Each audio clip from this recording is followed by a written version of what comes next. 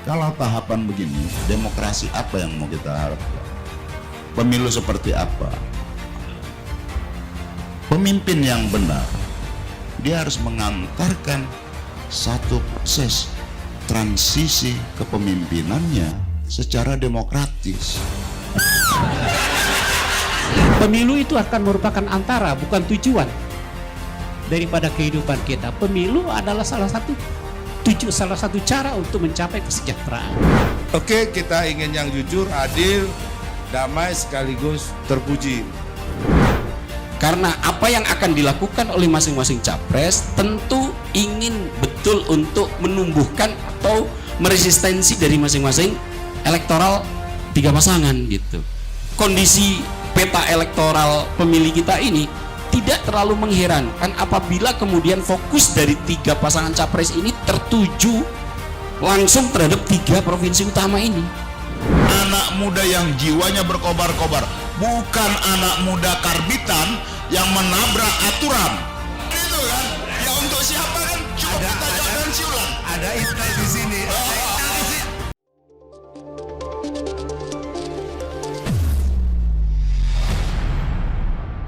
Seperti kita ketahui bahwa pengundian nomor urut capres dan cawapres sudah dilakukan dan masing-masing dari capres maupun cawapres juga menyampaikan pidato akan menjaga pemilu yang damai. Dan untuk mengupas lebih jauh apakah beneran akan damai jalannya kontestasi Pilpres 2024 nanti, sudah hadir di depan rekan-rekan di acara Dialektika Demokrasi pada siang hari ini. Yang pertama, anggota DPR RI dari fraksi Partai Demokrat, Bapak Syarif Hasan. Selamat siang, Pak Syarif. Kemudian ada anggota DPR RI dari fraksi PKB, Jazilul Fawait. Jazil, selamat siang, Gus. Dan ada pengamat politik, Bapak Abdul Hakim MS. Selamat siang, Pak Abdul Hakim. Dan kita juga masih menunggu satu dari fraksi PD Perjuangan, Bang Masinton Pasaribu. Dan untuk memulainya kita langsung ke Pak Syarif dulu. Oh, nomor satu dulu ya? Ayo Gus, gimana Gus? Apakah akan damai nanti Gus sesudah kemarin pengundian nomor urut? Mengingat kita tahu sendiri bahwa sekarang ini sudah mulai agak-agak panas begitu. Antara terutama kubu nomor Yang panas yang mana ini? yang tiga Kalau kita aminkan saja. sama dua ya. Panas Tapi kita yang, aminkan, yang dingin satu kita aminkan. mengamini atau mendamaikan ini? Silakan Gus. Baik, assalamualaikum warahmatullahi wabarakatuh. Bismillah, alhamdulillah, wassalatu wassalamu ala rasulillah, wala hawla wala quwata illa billah, amma ba'd. Yang saya hormati sahabat saya Pak Profesor Dr. Syarif Hasan. Ini dari beliau DPR tapi mewakili pasangan nomor urut 2.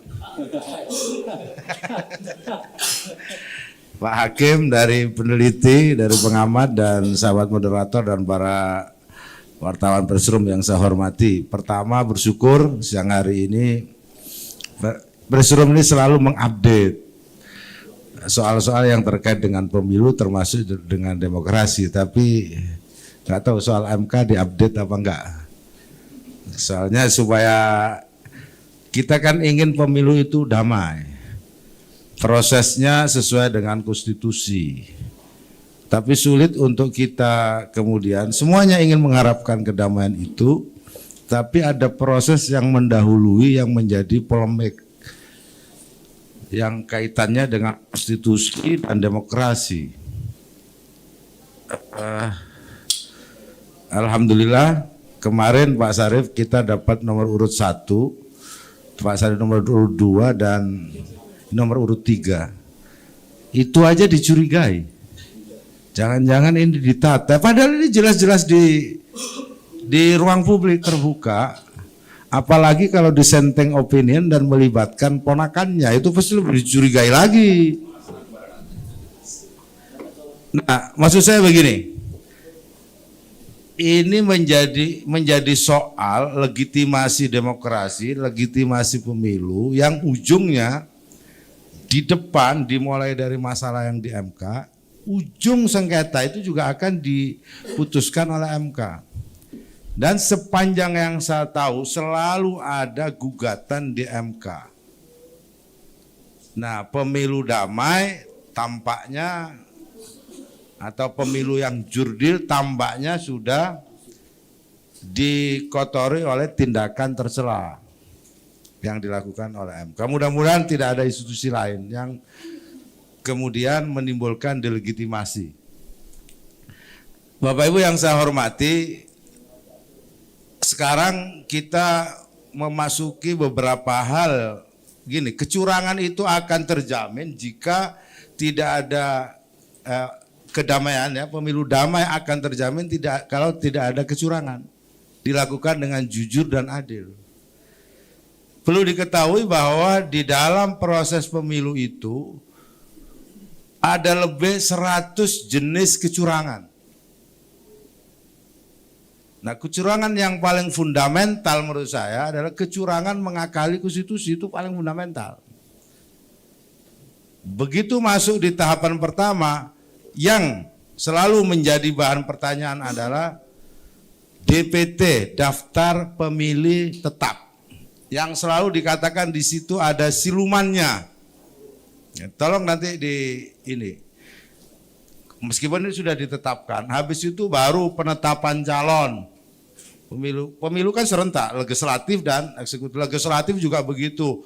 Masing-masing orang dinilai, termasuk saya, Pak Sarif, ada napi koruptor apa, macam-macam. Sehingga itu mengurangi legitimasi si caleg itu. Nah, sama juga di koalisi kami, ini meneruskan Pak Sarif ini, koalisi perubahan, meneruskan Pak Sarif, ya kan? Iya kan, untungnya nggak didaftarkan di Haki. Koalisi perubahan, Pak Anies dan Pak Muhaimin, mungkin pers tahu sendiri, begitu Pak Muhaimin deklarasi pergi ke tanah laut, di sana ada penghadangan. Habis itu seakan-akan tanda kutip ada soal hukum dan lain-lain. Kita dituduh nggak akan bisa mendaftar karena terlalu banyak masalah. Ternyata di sisi lain ada yang bermain betul dengan hukum, bahkan konstitusi. Nah, sehingga membuat para kampiun demokrasi itu ada yang menangis, ada yang kecewa. Ini menjadi soal. Bahkan di gedung DPR mana Pak Masinton? Ada yang kemudian alarm dipencet, alarm demokrasi yang mau mati gitu Pak Masinton. Pemerkosaan hukum itu dipencet. Ini menyangkut orang tertentu loh itu. Menyangkut nama di bakal calon presiden, wakil presiden. Nah, itu menurut saya bayang-bayang ketidakdamaian itu ada jika memang dari awal memang tidak clear. Tidak clear, menurut saya itu tidak clear. Kalau bahasa kitanya itu subhat. Subhat itu nggak haram, ya nggak halal gitu. Dan iya di remang-remang, dia dianggap haram, nyatanya juga konstitusi membolehkan.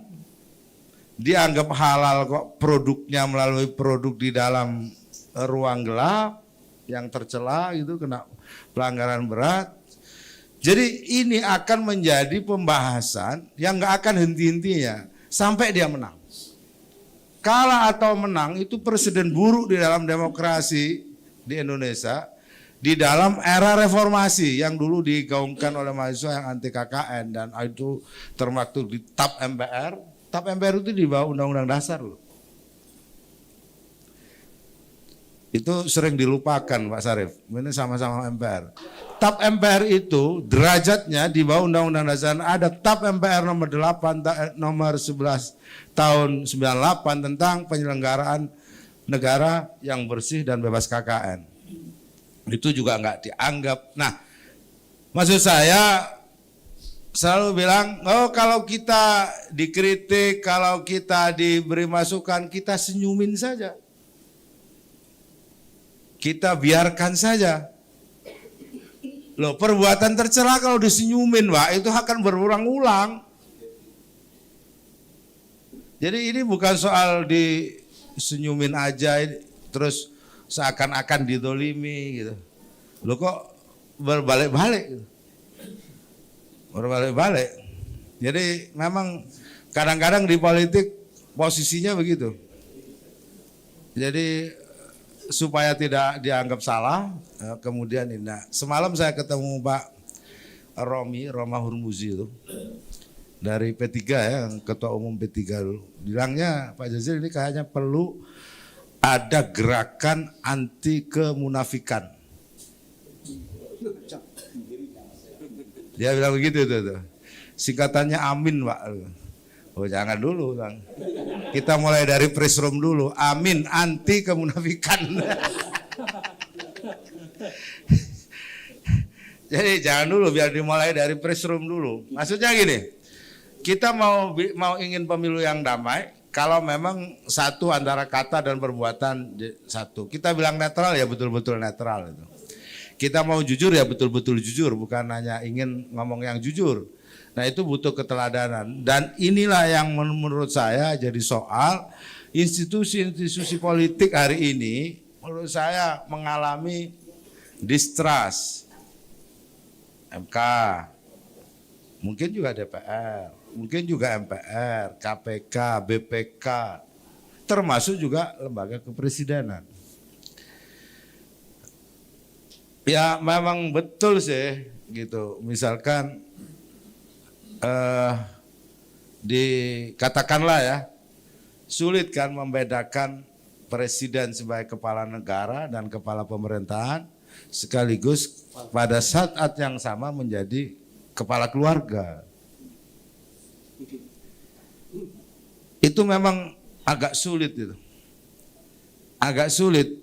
Selalu, makanya kalau di dalam lembaga kehakiman itu tidak boleh dia memutus perkara yang berkaitan dengan anak atau ikatan kekerabatan, bukan karena apa-apa, karena memang apapun hasilnya, seandainya kemarin toh tidak diberi, misalkan tidak ada kata 40 tahun dan pernah berpengalaman, itu pun ditolak oleh MK, tetap tuduhan itu akan nyampe.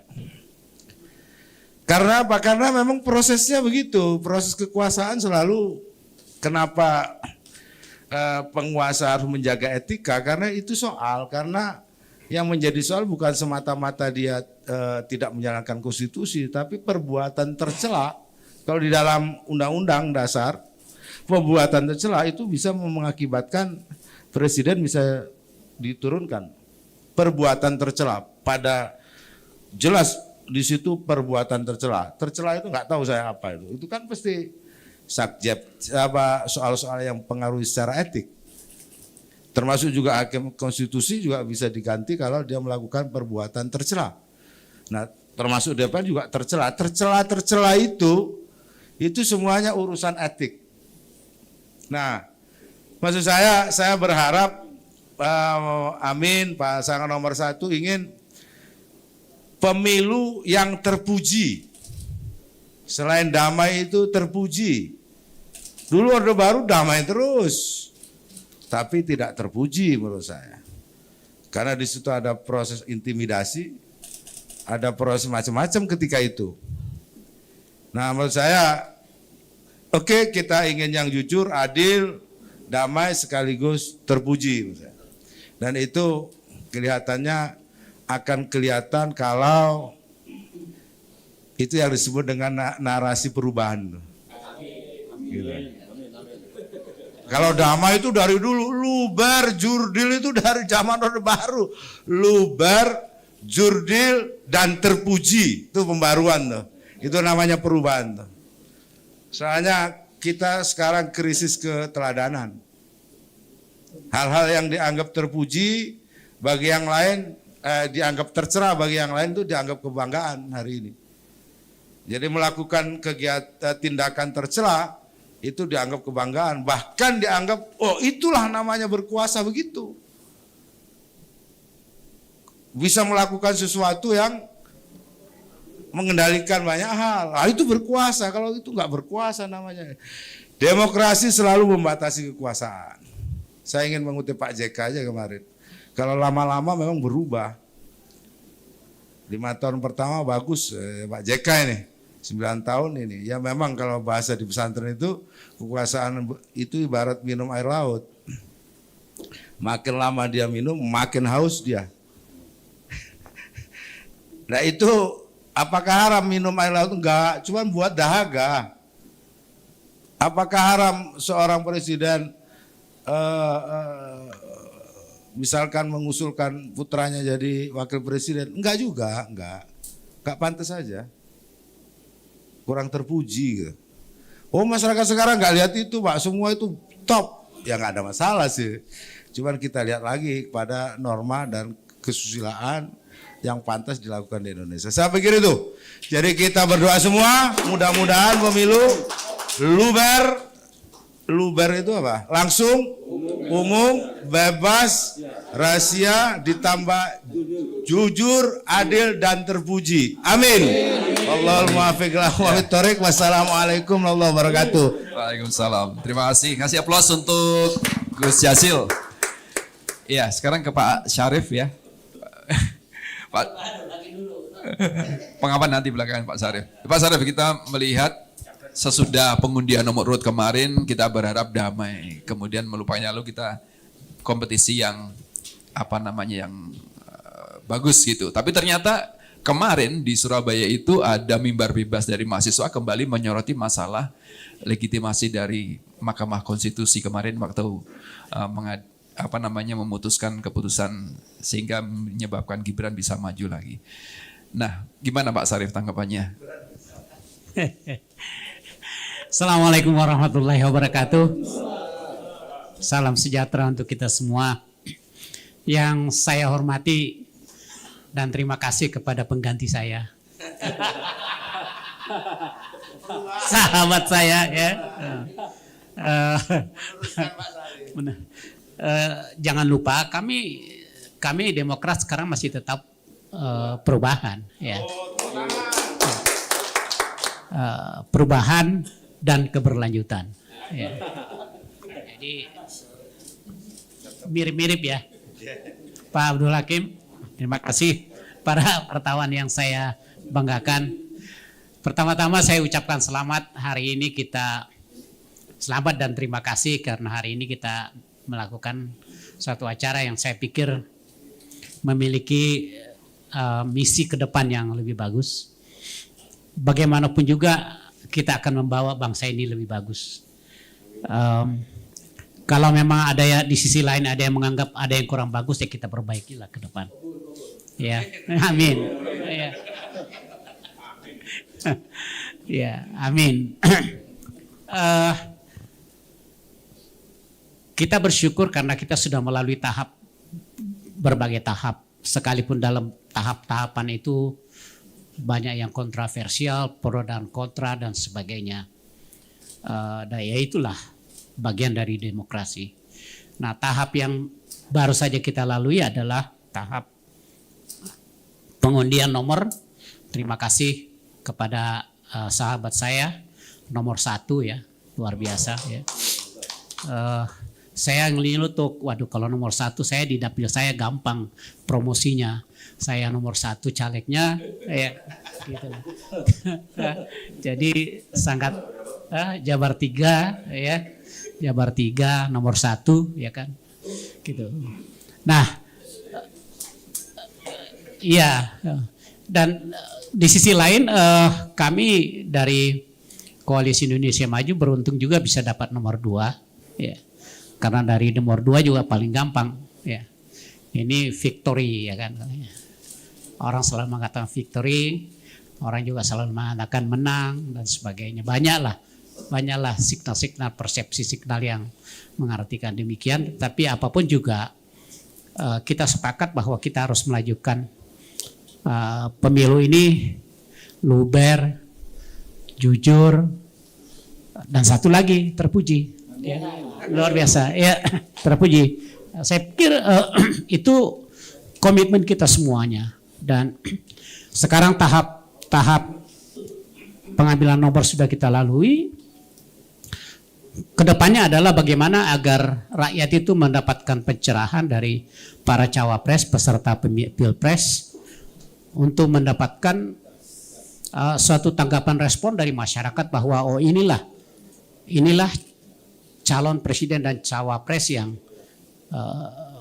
paling tidak bisa saya harapkan ke depan. Nah itu yang harus kita sikapi, dan tentunya para calon capres dan cawapres ini akan setuju juga bagi bersama-sama kita bahwa mereka harus mempersiapkan diri secara maksimal. Dari situ saya pikir rakyat bisa mendapatkan respon yang positif atau respon yang negatif, sehingga diharapkan akan berimplikasi terhadap perolehan suaranya. Nah, menurut saya tahap yang sebelumnya kita lalui itu adalah bagian yang sudah terlewati, dan kalau masih menyisakan masalah, tentu sahabat saya Pak Jazil Fawati ini akan mengamati, dan tadi sudah disampaikan ya itu adalah bagian tahap yang sudah kita lewati. Ya. Nah, bagi kami ya, khususnya Partai Demokrat dari Koalisi Indonesia Maju, yang penting ke depannya ya itu betul-betul bahwa calon presiden dan wakil presiden adalah benar-benar yang menggambarkan harapan rakyat. Itu yang paling penting. Yang kedua, mereka harus memberikan pencerahan kepada rakyat. Indonesia ini mau dibawa kemana ke depan? 5 tahun ke depan mau dibawa kemana? Banyak pertanyaan yang kita bisa lontarkan dan dipersiapkan oleh masing-masing cawapres. Mohon maaf kalau saya agak sedikit menjadi pengamat sedikit ya. Pertama, negara kita ini sebenarnya orientasinya kemana? Orientasinya adalah harus sama dengan Undang-Undang Dasar 1945. Harus berdasarkan Pancasila. Sila terakhir menyatakan keadilan sosial bagi seluruh rakyat Indonesia. Ya. Jadi pemerintah itu harus fokus kepada rakyatnya. Gitu. Fokus kepada rakyatnya. Nah sekarang kita lihat, rakyat sekarang bagaimana ini Indonesia? Ya. Bagaimana Indonesia? 275 juta rakyat Indonesia, katakanlah 270. Sekarang masih miskin 9,35%. Ya, luar biasa itu. Ya. Gitu. Nah, itu satu. Ya, kalau 25 juta itu sama dengan 4 kali jumlah penduduk Singapura. Ya. Nah, artinya apa?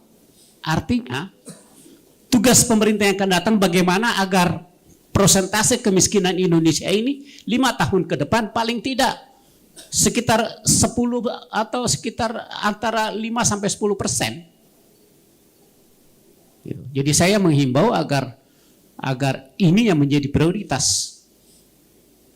Nah, yang kedua, ya, pengangguran di Indonesia itu sekarang berapa? Masih ada kurang lebih sekitar 5,6%. Ya. Jadi ingin saya sampaikan bahwa selama hampir 10 tahun, pemerintah ya sekarang itu hanya bisa menurunkan kemiskinan tidak lebih dari 1,5%. Pada zaman Pak SBY itu sudah turun jadi 10,9%, sekarang 9,35%. Enggak lebih dari 1,5%. Berarti masih banyak rakyat Indonesia yang miskin. Nah ini tugas para capres dan cawapres termasuk yang dari nomor 2 untuk menyampaikan kepada rakyat. Begitupun pengangguran, bagaimana agar rakyat khususnya generasi muda Indonesia dapat mendapatkan pekerjaan yang lebih mudah. Ini yang menjadi tugas utama. Sehingga kita akan bisa dipertanyakan juga bagaimana cara mencapai itu. Kita bisa lihat bagaimana strategi kebijakan fiskal yang akan dilakukan. Apakah akan tetap seperti sekarang, ya kan? Ataukah akan melakukan perubahan? Begitupun juga bagaimana cara, apakah mengimplementasikan biaya fiskal kepada pembangunan Indonesia, apakah akan tetap mengutamakan infrastruktur lebih dahulu dibandingkan pemberdayaan masyarakat? Ini yang harus dipertanyakan. Nah, kalau ini bisa disampaikan oleh Capres dan Cawapres, maka itu yang paling bagus. Kalau itu disampaikan rakyat akan mengerti, maka saya pikir akan damai. Karena mereka penuh optimis.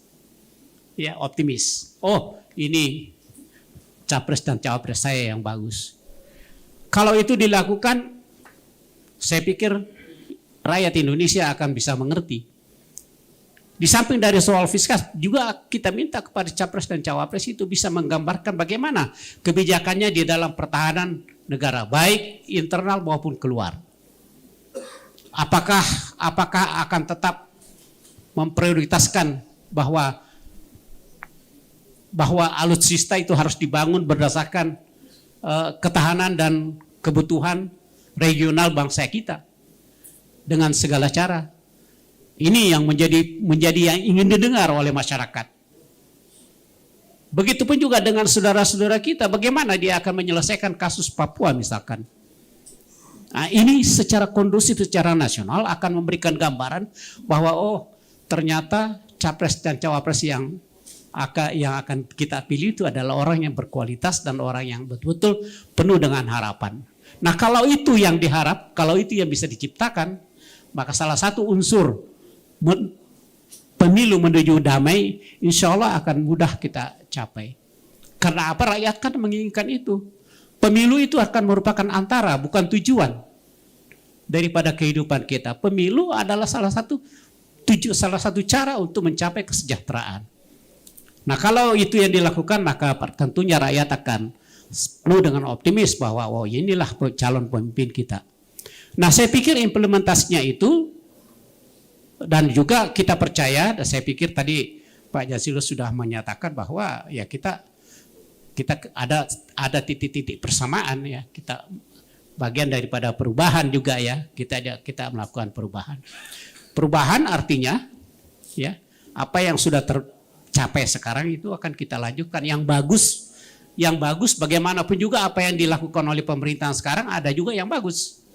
Nah, yang bagus itu kita perbaiki. Ya, ada juga yang kurang baik. Nah, itu yang kita lakukan perubahan. Ya, jadi saya pikir dengan demikian semuanya bisa mengerti, dan adanya pengakuan keberlanjutan dan perubahan, saya pikir semua pihak, semua golongan akan bisa menerima. Sehingga ini juga membuat satu persepsi bahwa insya Allah pemilu saat ini akan berjalan dengan damai. Ya, itu kira-kira. Nah, itulah kira-kira. Amin ya Rabbil alamin. Kalau berdoa itu harus mengatakan amin ya Rabbal alamin. Ya.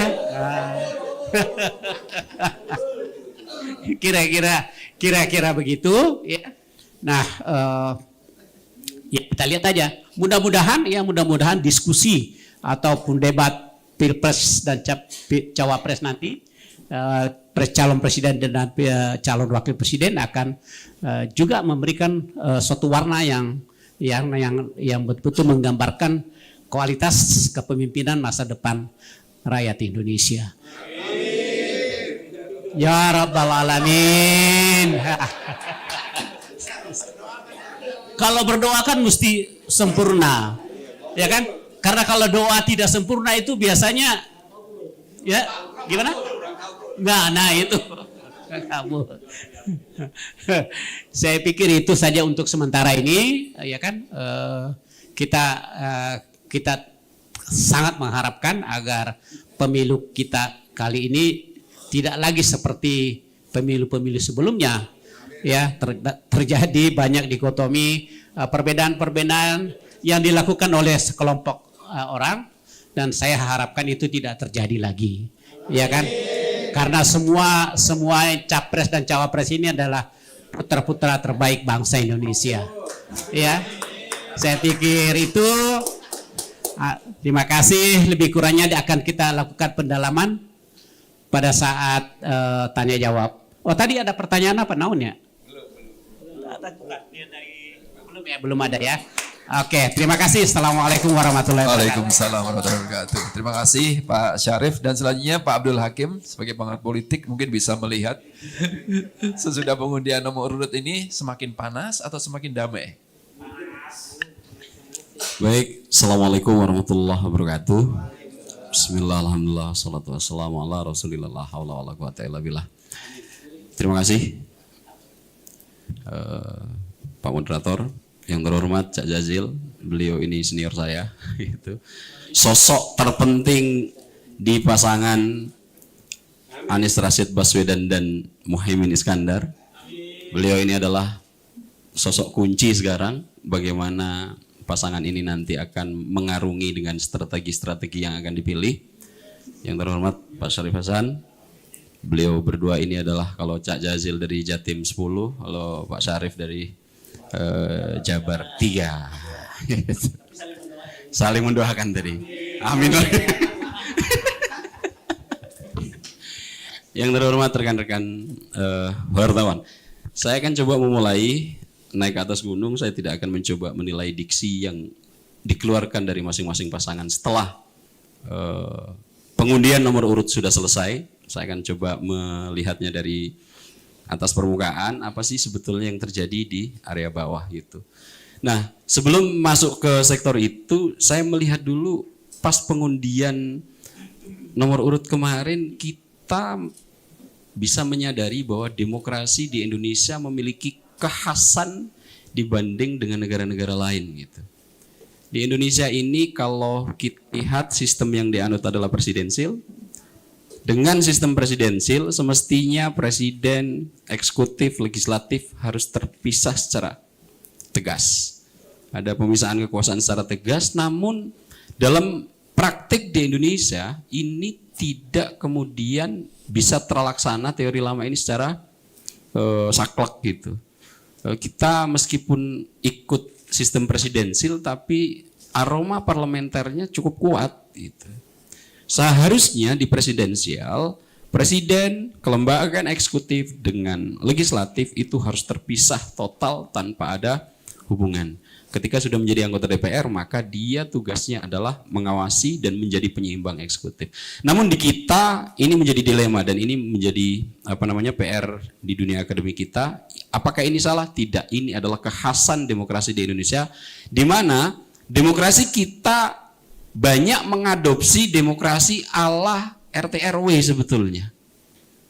Di pemilihan RT itu ketika seorang warga dipilih menjadi RT, biasanya dia menyusun komposisi pengurusnya itu mengambil juga dari yang kalah gitu. Nah, ini kemudian ditarik dalam skala yang lebih luas, dipraktikkan oleh Pak Jokowi dalam 10 tahun terakhir. Dan ini menjadi kekhasan menarik di Indonesia. Di negara-negara lain agak cukup sulit karena presidensial prinsip utamanya winner take all. Presiden terpilih berhak menentukan seluruh jajaran kabinetnya tanpa harus memikirkan komposisi di DPR, dan ini ternyata tidak dilakukan secara saklek oleh presiden-presiden terpilih kita, dan ini yang menjadi kekhasan dari Indonesia. Dan sepertinya kondisi ini seperti disampaikan oleh 3 pasangan capres yang akan bertanding, ini juga akan kembali terulang setelah 14 Februari. Pak Prabowo bilang mengutamakan persatuan, jika nanti terpilih dia akan rekonsiliasi. Kemudian dikasih pantun Cak Jazil, Pak Muhaimin, kalau punya teman baru, teman lama dilupa jangan. Artinya memang masih ada proses keinginan demokrasi ala RT RW yang paling bawah ini dibawa ke sektor paling atas. Itu nomor pertama. Nomor 2, setelah pengundian nomor urut, apakah nomor urut yang diperoleh ini menjadi representasi nomor 1 terpilih, nomor 2 terpilih, nomor 3 atau tidak terpilih? Ternyata kalau kita lihat fakta politik yang pernah terjadi, tidak ada korelasi positif antara nomor urut dengan keterpilihan gitu.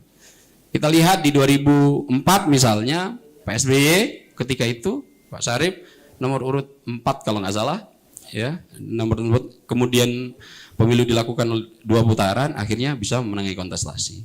Kemudian di 2009 juga sama, Pak SBY dengan Pak Budiono juga tidak terpengaruh nomor urut. Di 2014 Pak Jokowi nomor urut 2 juga bisa memenangi kontestasi. Artinya secara fakta politik apa yang diperoleh nomor urut ini tidak berpunya korelasi positif dengan keterpilihan.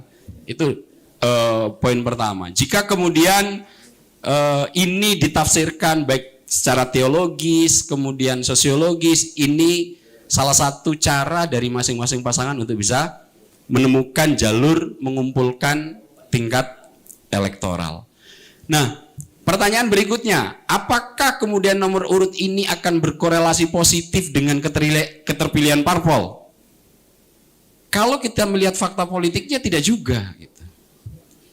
Kita lihat misalnya Pak Prabowo yang kemarin berkontestasi di 2014, di 2019, nomor urut yang diperoleh dengan nomor urut parpolnya cukup berbeda. Saya ambil salah satu contoh, di 2009 misalnya Gerindra urutan nomor 8, tapi ketika Pak Prabowo di pemilu 2014 itu nomor urutnya 1 dan Gerindra itu nomor urutnya 6, itu bisa naik ke ranking 3 perolehan suara Gerindra secara nasional. Artinya tidak ada korelasi positif antara nomor urut yang diperoleh oleh masing-masing capres dengan keterpilihan partai politik. Nah, pertanyaan ketiga, jika kemudian apakah kader parpol yang nanti akan berkontestasi di capres-cawapres ini bisa memberikan efek elektoral terhadap parpol pengusungnya? Kalau ini iya jawabannya. Nah, saat ini di antara tiga pasangan calon ini, kalau di sini ada Cak Jadil dan Pak Syarif Hasan, untuk di pasangan Anies Baswedan dan Muhaimin Iskandar, partainya Cak Jazil ini punya potensi untuk dapat limpahan elektoral yang cukup baik gitu. Ini saya lagi mengolah data, saya lihat ada korelasi positif jika sebelum didaftarkan untuk menjadi cawapres, PKB agak tersendat gitu. Tapi ketika saat ini sudah berpasangan, mulai merangkak naik gitu suaranya PKB. Artinya Caimin sekarang, apalagi kemarin pas pemilihan pengundian nomor urut, panggungnya seolah diberikan ke Caimin langsung gitu. Yang pidato ya kan seolah-olah ini. Sepertinya efek elektoralnya cukup baik. Kalau untuk efek elektoral ini yang paling bisa jelas kita lihat secara fakta politik adalah Partai Gerindra. Partai Gerindra itu kita harus akui efek elektoralnya. Ketika pemilu pertama kali di ranking 8, Pak Prabowo mencalonkan diri naik ke ranking 3, mencalonkan diri naik lagi menjadi ranking 2, dan ini di 2009 bisa kita lihat di Partai Demokrat. Pak Abdul Hakim mungkin agak ke masuk topik ya. Satu ini ada satu perkara lagi. Nah, Pak SBY ketika itu mencalonkan diri, suara Demokrat langsung 21%. Jadi apakah capres yang akan berkontestasi ini punya korelasi positif dan memberikan efek elektoral bagi parpol pendukungnya? Ya, jawabannya.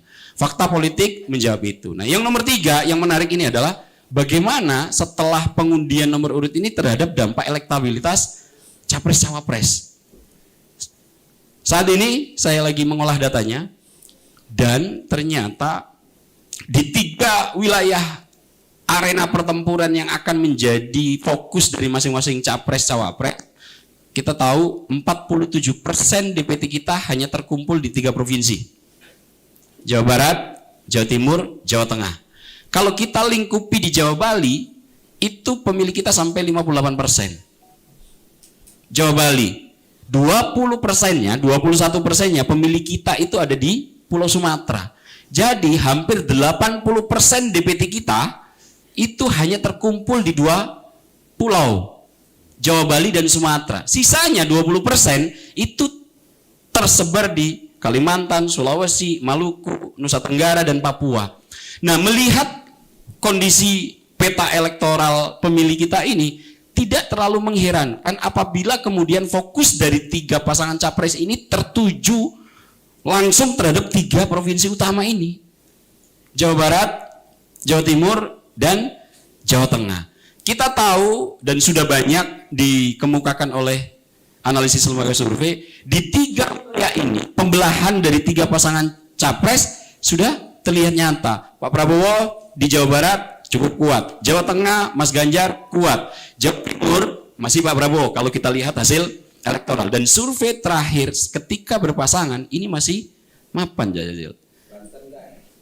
Itu Jawa, itu DKI, Banten itu kan tidak masuk Jawa Barat, gitu. Ya kan dia provinsi sendiri, gitu. Nah itu kalau kita lihat secara komposisi hasilnya seperti itu. Nah kemudian untuk di Pulau Sumatera komposisinya juga masih sama. Nah setelah pemilihan cawapres, Mas Anies yang memilih Caimin yang merupakan parpol berbasis pemilih Nahdien itu belum begitu memberikan efek elektoral terhadap Mas Anies, tapi terhadap PKB cukup positif gitu. Nah untuk yang di Mas Ganjar, PDIP juga selalu menjadi 2 yang teratas dan tidak pernah tergeser. Apalagi ini nomor urutnya 3. Ini juga akan bisa memberikan efek elektoral yang cukup mapan. Saat ini posisinya masih 3 pasangan, masih Pak Prabowo, Mas Ganjar, dan Mas Anies. Di posisi ini Mas Ganjar punya tren yang agak sedikit melandai dan pasangan Amin punya tren balik yang Pak, jangan ke elektoral. Ini soal dan urut dan ini apa namanya? Baik. Nah, kalau kita lihat kondisinya kayak begini, apakah karena ini tergantung dengan narasi yang disampaikan oleh Cak Jazil tadi, kita lihat narasi yang sekarang dan diksi yang dipilih dalam rangka menghadapi ini, apakah punya potensi untuk menimbulkan gejolak di masyarakat? Ini kan pertanyaan serius. Ini kita tidak bisa pisahkan dengan kajian elektoralnya. Karena apa yang akan dilakukan oleh masing-masing capres tentu ingin betul untuk menumbuhkan atau meresistensi dari masing-masing elektoral 3 pasangan gitu.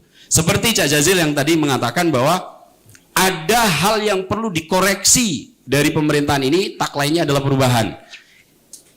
Saya tidak akan masuk untuk mengkritisi itu, tapi saya melihat ini adalah salah satu cara yang dilakukan untuk mengejar tingkat elektoral gitu. Dan Pak Syarif Hasan tadi yang tetap karena perubahan itu adalah tagline originalnya dari Partai Demokrat memang gitu, yang tadi sudah dipinjam oleh Cak Jazil, kemudian bergabung dengan Pak Prabowo dan menambahkan narasi keberlanjutan. Ini juga salah satu cara bagaimana Prabowo dan Gibran bisa memenangi kontestasi. Nah, apakah ini nanti bisa menimbulkan potensi pemilu tidak damai? Kalau kita merujuk terhadap pengundian pengundian nomor urut, potensinya sudah mulai kelihatan. 2 capres cukup landai, tapi sepertinya pasangan dari Anies Baswedan dan Mas Ganjar, 2 ini sudah agak cukup menyatu dalam konteks diksi dan narasinya. Jelas-jelas Mas Anies, tagline perubahan masih terus dipakai. Kemudian pidato Mas Ganjar bisa kita telaah bahwa itu juga sudah menimbulkan kekhawatiran. Saya 2 diksi ini dalam rangka untuk bisa mengejar ketertinggalan dalam sektor elektoral. Nah, melihat situasi ini tentu yang sangat diharapkan adalah sebagai awal diskusi kita, pertanyaan mendasarnya, apakah ini nanti akan dilakukan strategi-strategi khusus diksi, misalnya Cak Jazil yang mengatakan ini harus dirubah, banyak hal sudah mengutip MK, kemudian proses penetapan dan lain-lain, ditengarai ada proses dinamika yang tidak seharusnya. Nah, ini kita coba lihat nanti perdebatan dan perbenturan dari 2 narasi ini gitu. Nah, sepertinya Pak Prabowo dan Mas Ganjar, Mas Gibran tidak terlalu ingin menanggapi secara serius gitu.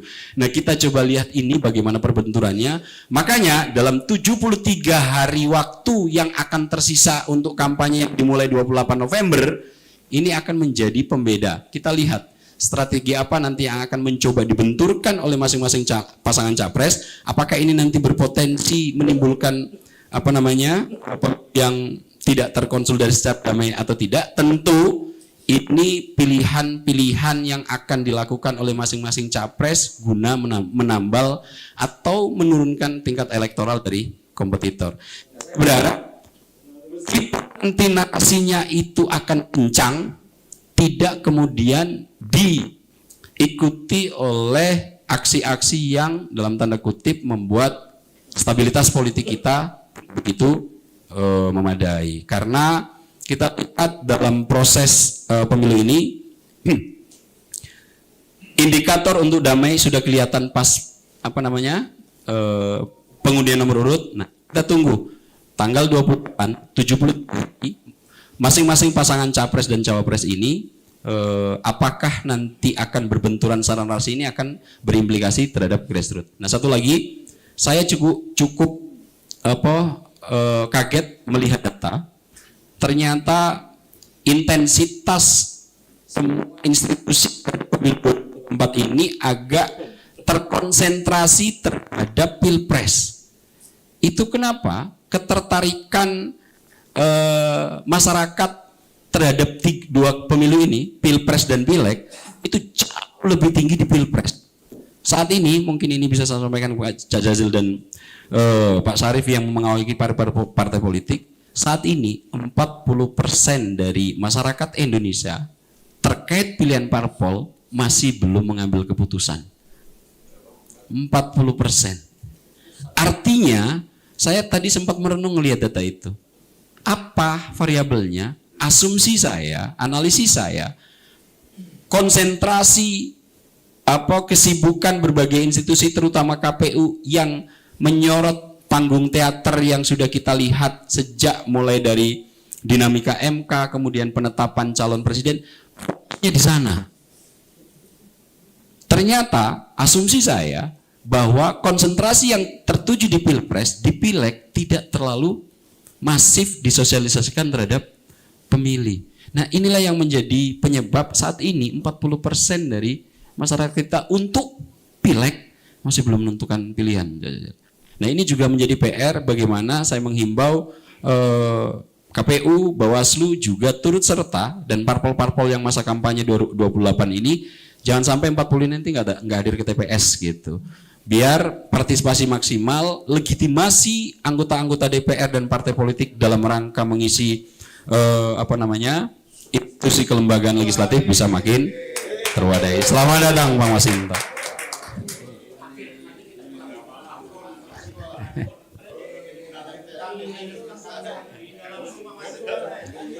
Dan akhirnya, selamat datang Bang Masinton. Pertanyaan terakhir, bagaimana narasi nanti yang akan terjadi di 3 paslon ini berbenturan? Apakah nanti itu berimplikasi terhadap grassroots terkait kekerasan fisik? Nah, ini yang perlu kita dengarkan dari 3. Dari saya sebagai pengantar itu dulu, Mas. Terima kasih. Assalamualaikum warahmatullahi wabarakatuh. Waalaikumsalam warahmatullahi wabarakatuh. Selamat datang Mas Masinton. Ya, aduh, hai. Ditunggu-tunggu ada. Ya, oke, selanjutnya langsung nih Bang Masinton. Ya, silakan. Terima kasih moderator. Assalamualaikum warahmatullahi wabarakatuh. Terima kasih, mohon maaf dan terlambat. Ini ada pimpinan kita senior, Pak Syarif Hasan,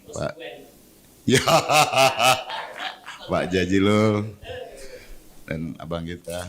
Jadi kalau udah ada pimpinan MPR selesai udah ya.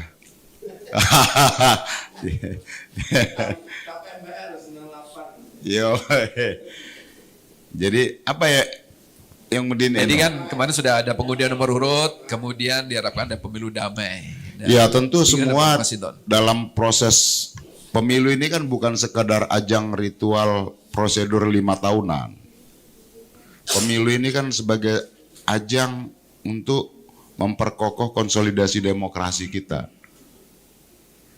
Nah, maka pemilu ini dia harus melahirkan kepemimpinan yang legitimate.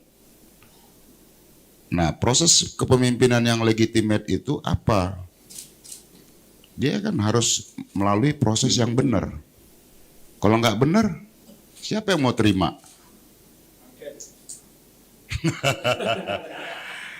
Ya, kita kembali umpama ketika pelaksanaan pemilu masa Orde Baru. Orde Baru itu otoriter, iya. Ada pemilu, iya. Rutin tuh per 5 tahun pemilu. Tapi apakah? Iya, yang menang itu aja Pak, kata Pak Jajal. Tapi apakah proses dalam pemilu masa Orde Baru itu demokratis? Tidak. Ada unsur pemaksaan di sana. Ada unsur manipulasi di sana. Terus berbagai rekayasa lainnya. Yang hasilnya adalah jauh sebelum pemilu kita sudah tahu siapa pemenangnya. Pada saat itu 2 partai politik, 1 dari golongan karya, belum partai pada saat itu.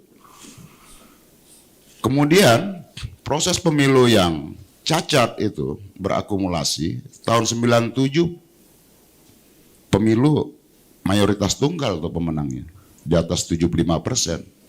Sehingga kemudian Pak Harto ditetapkan sebagai presiden karena masih melalui mekanisme MPR. Tapi apa rakyat terima? Tidak. Rakyat tidak menerima hasil proses kecurangan itu. Maka rakyat bergerak, mahasiswa bergerak, elemen pro demokrasi bergerak di berbagai kota di Indonesia menyuarakan reformasi dan demokrasi, dan kemudian bermuara di gedung DPR sini.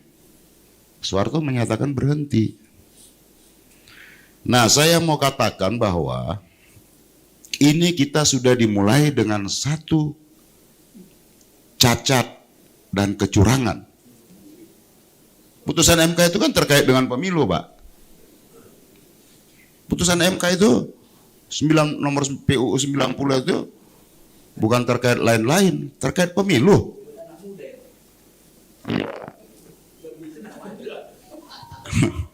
Itu persoalan anak pejabat, Pak.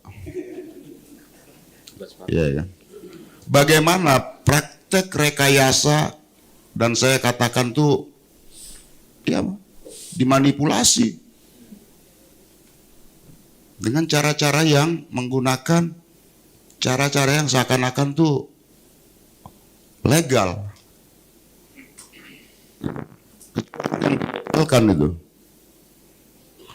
Putusan MK itu jelas berkali-kali kalau kita lihat terhadap gugatan yang sama, pasal 169 itu open legal policy. Tapi terhadap satu case yang diajukan yang mention ponakan paman, kemudian paman seketika berubah pikiran.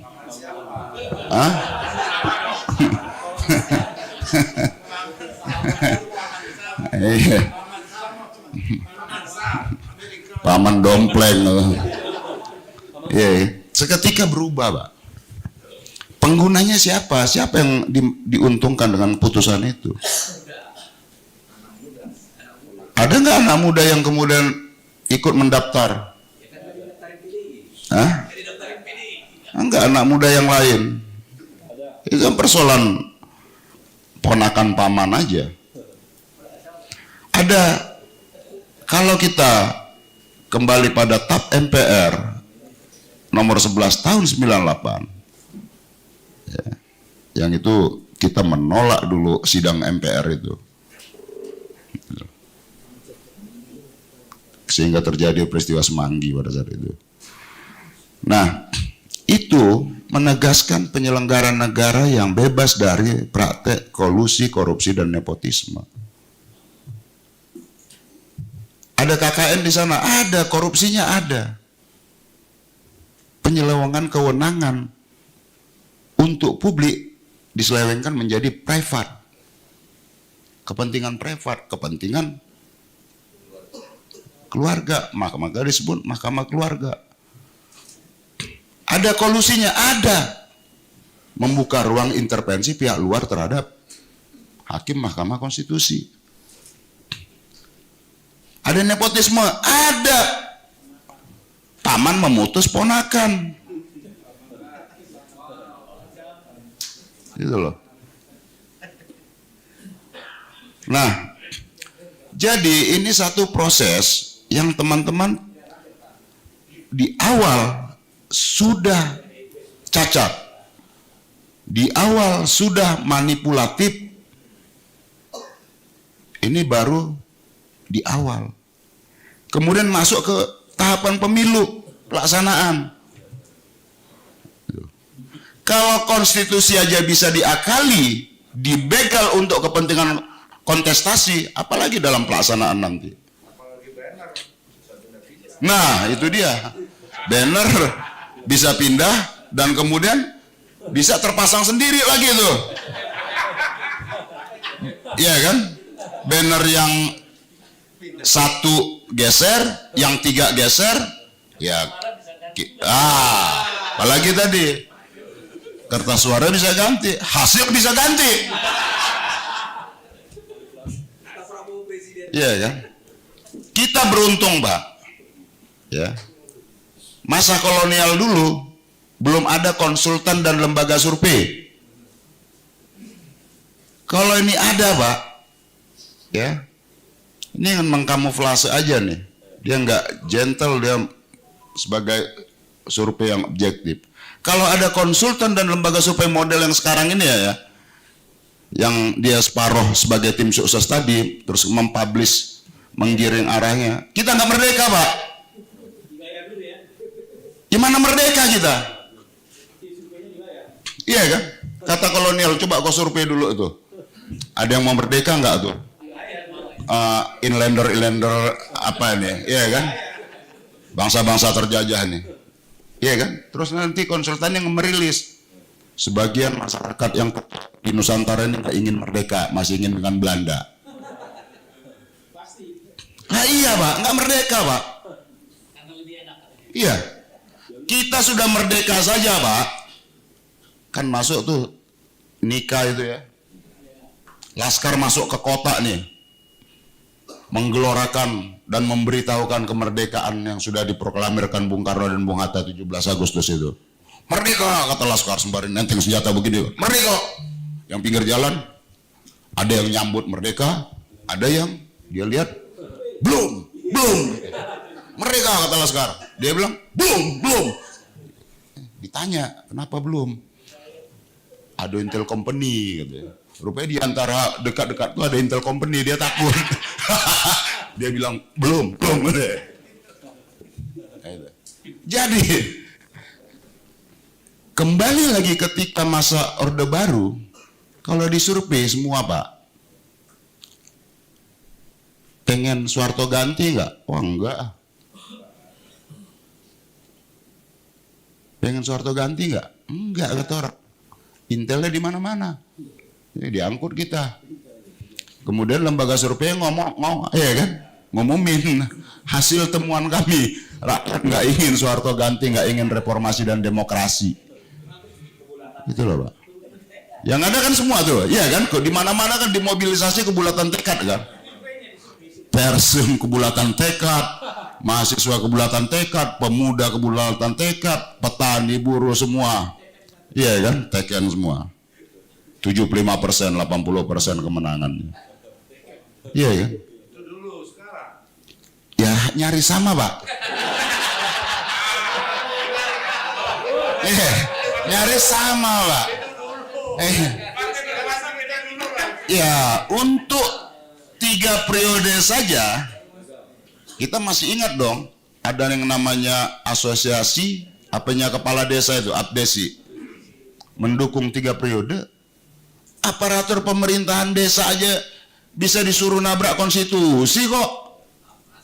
Masih ingat kan? Ya tinggal kita hari ini udah mudah nanyanya. Nanya Mbah Google. APDESI. Ya yang di Senayan sini, yang dimobilisasi untuk 3 periode. Oh iya. Dan Iya kan?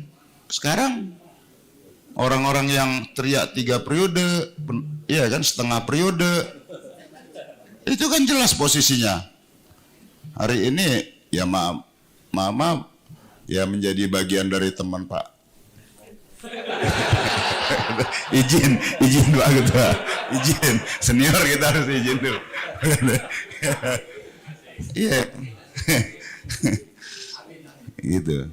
Nah jadi kalau kita lihat hari ini ya,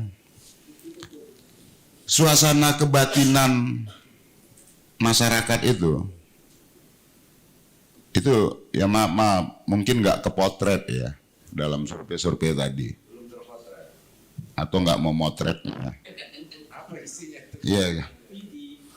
Kalau suasana kebatinan masyarakat itu sebenarnya terkonfirmasi Pak dengan usulan 3 periode tadi.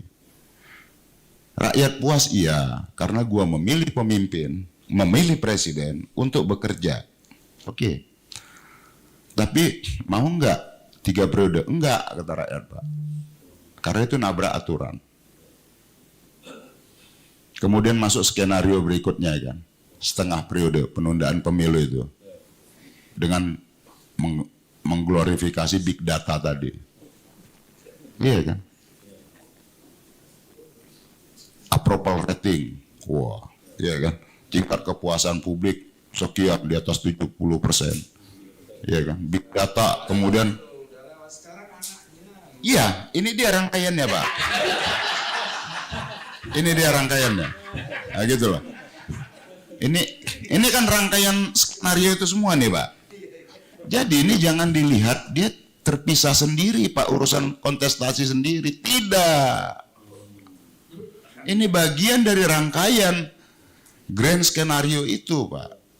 Setengah periode tadi tertolak juga karena rakyat sejati ya tidak ingin ketika masa reformasi demokrasi ini pemimpinnya nabrak aturan, Pak. Dan hari ini itu terjadi, gitu loh. Iya. Konstitusi itu nadinya, Pak, nadinya sebuah bangsa, nadinya demokrasi ini. Oleh MK diputus itu nadi tadi. Benar kan? Pak pimpinan MPR sebagai penjaga kedaulatan rakyat, beliau ini iya kan, penjaga kedaulatan rakyat tadi. MK sebagai benteng konstitusi itu ya, memutus nadi itu, bahkan membegalnya. Seharusnya menjadi benteng konstitusi, malah jadi pembegal konstitusi untuk kontestasi tadi itu. Hah?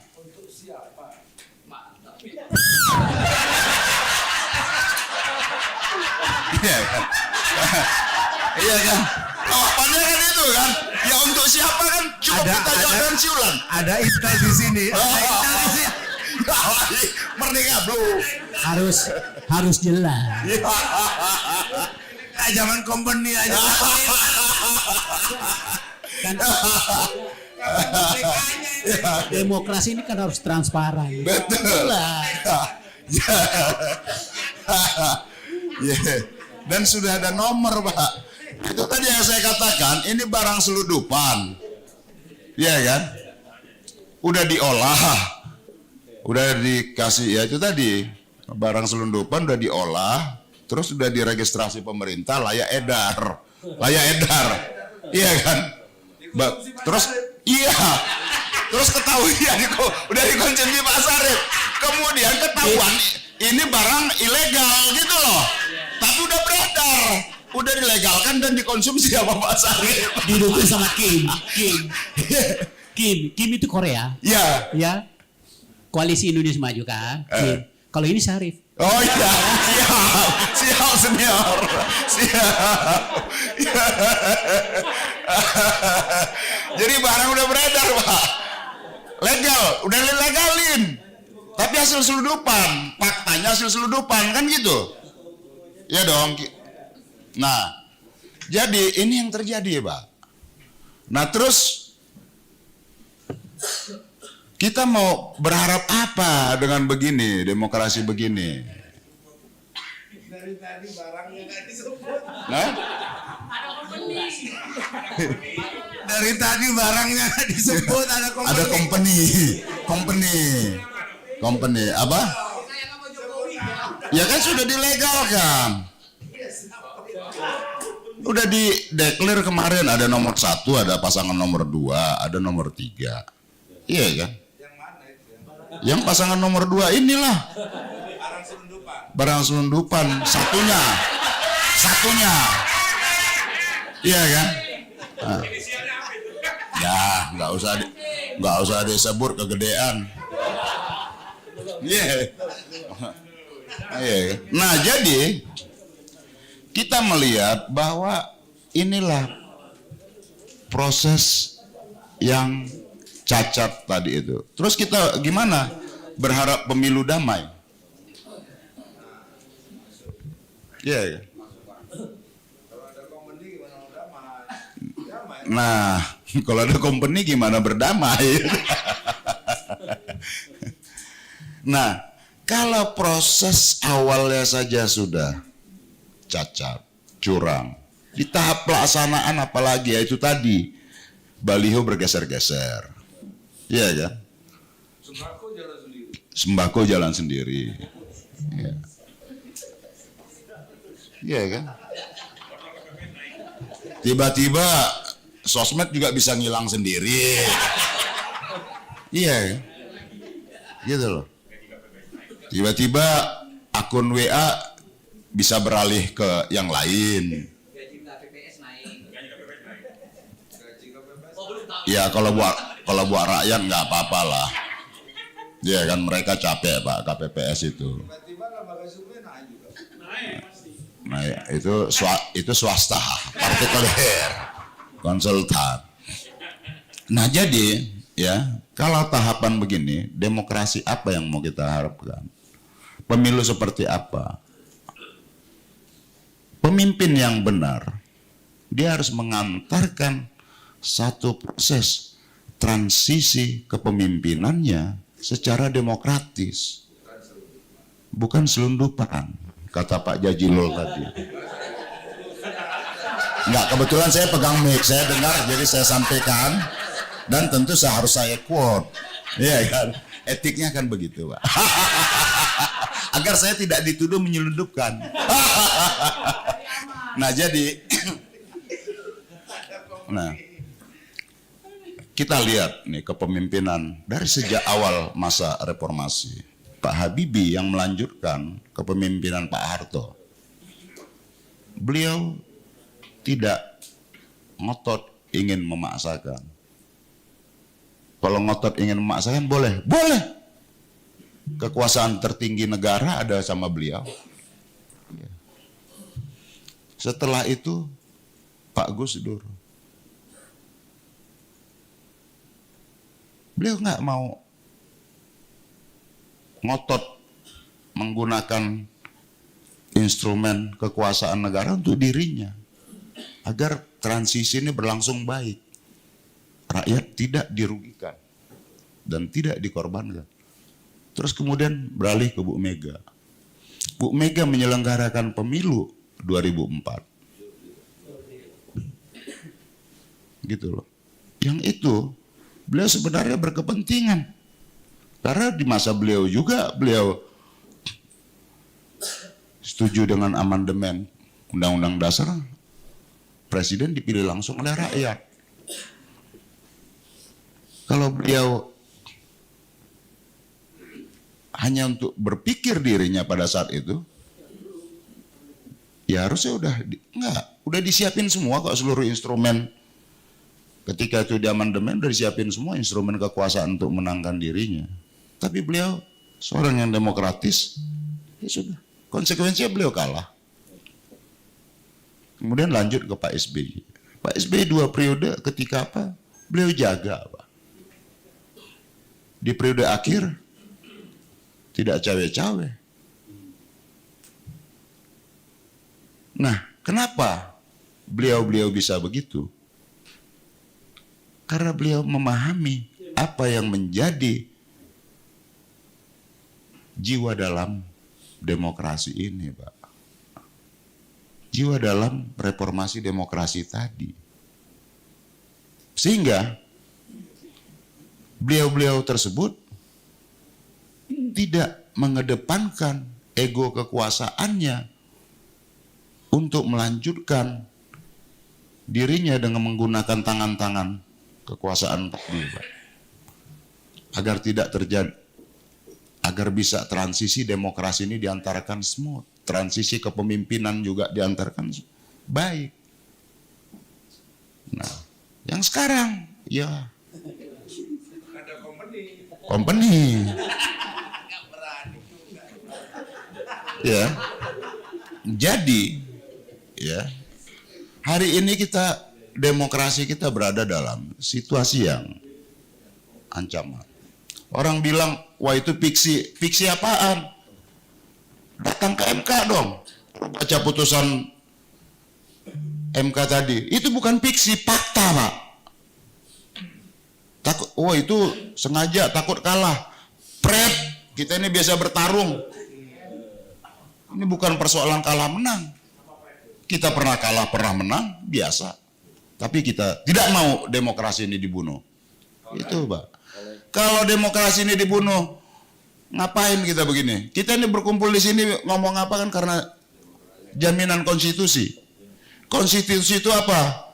Setelah di amandemen itu kan spirit dan jiwanya adalah semangat reformasi dan demokrasi, Pak. Maka dalam susunan kelembagaan negara yang diatur dalam Undang-Undang Dasar itu, kita menyiapkan seluruh instrumen alat institusi kenegaraan yang demokratis agar bisa menyelesaikan seluruh ruang perselisihan di masyarakat maupun dalam pengelolaan negara tadi secara demokratis berdasarkan hukum, Pak. Maka dalam amandemen itu dibuat yang namanya Mahkamah Konstitusi agar seluruh penyelesaian sengketa baik itu pemilu, perundang-undangan diselesaikan secara demokratis melalui mekanisme hukum. Kan kita negara demokrasi yang berdasarkan hukum, Pak. Maka dibentuklah MK. Kemudian agar hakim kita merdeka dalam melaksanakan tugas dan fungsinya sebagai wakil Tuhan, diperjelaslah di dalam amandemen Undang-Undang Dasar kita tentang kekuasaan kehakiman yang merdeka. Kemudian dibentuk lagi ada lembaga yang namanya Komisi Yudisial. Karena, Pak, dasar konstitusi kita itu spiritnya adalah reformasi dan demokrasi tadi. Maka dalam Undang-Undang Dasar kita itu diatur semua itu, Pak. Kelembagaan negara yang demokratis yang bisa menyelesaikan seluruh sengketa dan yang terjadi di dalam masyarakat dan pengelolaan negara kita chaos.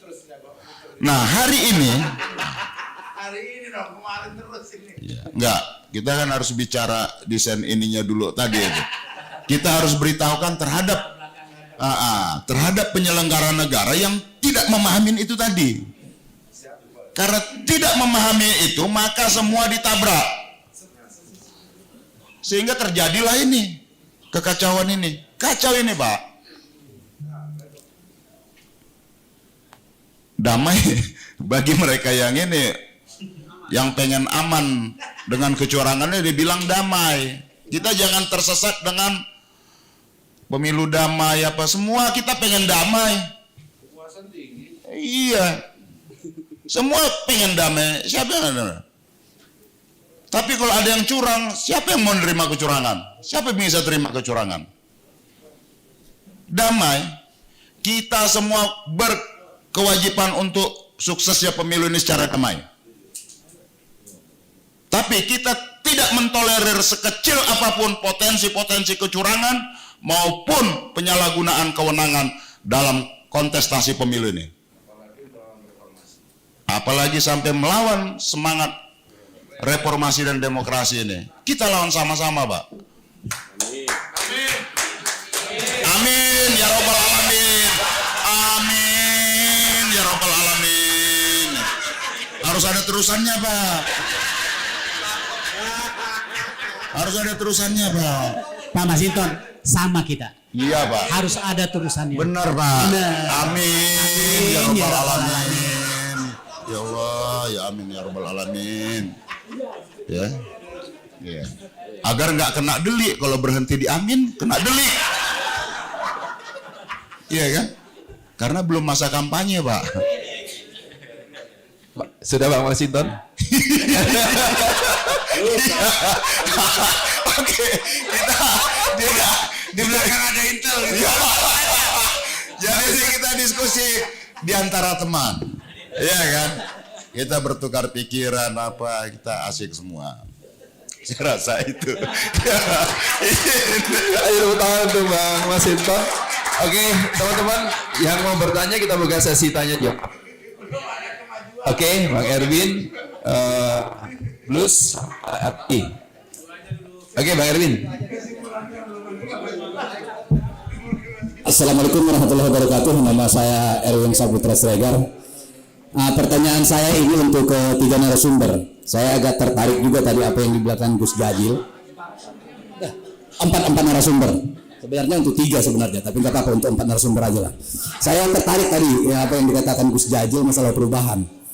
Tapi sampai hari ini Pak, saya belum tahu apa sebenarnya yang akan diusung tentang tema perubahan itu.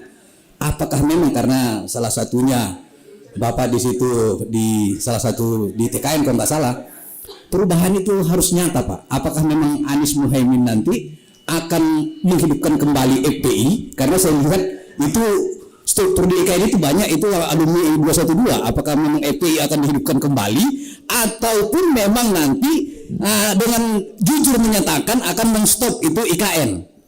Itu pertanyaannya untuk Gus Jajil. Terus yang kedua untuk Leku Pak Masinton Pasaribu, saya agak sedikit bertanya juga kembali. Kalau memang ini dianggap KKN, kenapa waktu Gibran maju sebagai wali kota di Solo itu nggak dianggap KKN? Kalau masalah putusan MK, saya rasa itu anak-anak muda saat ini mengharapkan itu supaya memang anak muda itu bisa maju capres, ataupun cawapres. Kalau ditanya tadi kenapa nggak hanya Gibran, ya karena PDI yang punya kartu truk yang bisa mengusung sendiri, nggak ada mengusung anak-anak muda. Kalau memang PDI mau mengusung anak muda, berpihak kepada anak muda, dorong dong anak muda. Tapi kita lihat nggak ada. Terus kembali kepada pengamat, saya ingin bertanya, apakah memang tergerusnya suaranya Ganjar Prabowo karena masyarakat melihat bahwa PDIP saat ini udah berpihak kepada anak muda? Terus yang satu lagi Pak, pertanyaan saya, putusan MK itu apakah memang itu salah? Apakah saya salah mungkin? Hakim itu kan memutus dengan hati nurani. Kalau memang hati nuraninya hakim itu salah atas putusan itu, apakah dampaknya untuk pemilu ini? Sekian, wassalamualaikum warahmatullahi wabarakatuh.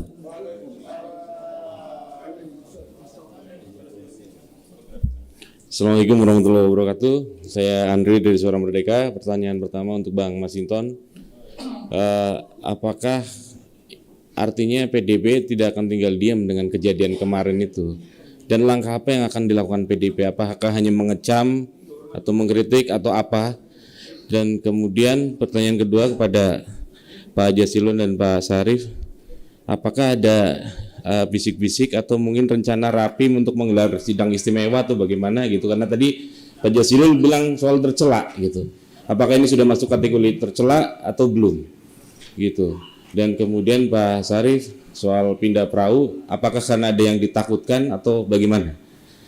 Terus Pak Abdul Hakim soal kekhasan demokrasi tadi, apakah ini tidak bikin demokrasi Indonesia tambah sakit? Gitu. Karena khasnya parlementer presidensial tapi pelaksananya kayak parlementer, apakah ini nggak makin sakit nanti lama-lama negeri ini? Terima kasih. Wassalamualaikum warahmatullahi wabarakatuh. Terakhir, saya Jonok Taferi Pak. Langsung saja mungkin ke 4 narasumber ya. Pak, ini semakin hangat diskusinya, menarik sekali. Saya minta analisa juga dari pengamat ini Pak. Apakah ini berasal dari karena presiden kita, maaf saya nggak nyebut nama juga kalau begitu ya, presiden kita memelihara relawan yang namanya projo dan sebagainya, sehingga seolah-olah relawan ini punya legitimasi seperti partai politik. Apa bukankah ini yang menjadi penyebab awal sehingga ini seperti memainkan peran lebih daripada partai politik? Nah, ini akhirnya menyimpulkan menimbulkan seolah-olah dalam lembaga survei sekarang terjadi pergerakan perpindahan dukungan. Nah ini seolah diamini oleh lembaga survei. Sehingga survei-survei sekarang Prabowo di atas, yang kedua baru Ganjar, saya sebut saja, yang ketiga Amin, Anies dan dengan wapresnya. Bisa nggak analisa ini terjadi? Karena kita seolah-olah melegitimasi tadi yang namanya relawan. Harusnya begitu sudah menjadi presiden, relawan kan suruh tidak ada. Di Amerika aja kita nggak ada tuh relawan Donald Trump misalnya, masih datang ke istana, masih kumpul-kumpul. Lalu seolah-olah ini menjadi biang penyebab persoalan ini muncul. Termasuk ini jadi senjata makan tuan buat PDIP, Pak Masinton ya. Itu satu. Yang kedua mungkin perlu juga kita soroti masalah tadi disebut-sebut ya, bisa berpotensi jatuhnya pemerintahan, jatuhnya presiden, sebagainya. Setahu saya dari dulu jatuhnya presiden itu dua. Kasus ekonomi, krisis politik, hampir tidak bermasalah dengan kasus hukum. Nah, analisanya seperti apa hal begini? Apa benar nanti menjenggugat, lalu nanti menjadi persoalan dengan majunya cawapres Gibran, muncul semacam kasus, lalu masa akan turun, lalu bisa jatuhnya pemerintahan. Nah, ini kan kekhawatiran kita bersama. Terakhir, analisa aja barangkali dari Pak mungkin ya semuanya. Kok sekarang ini menjadinya PDIP dengan Jokowi seperti sebuah kubu yang berbeda, semakin mengkritisi PDIP terhadap pemerintahan Jokowi, kok surveinya semakin turun. Ada apa di balik ini sebenarnya? Itu aja Pak, makasih.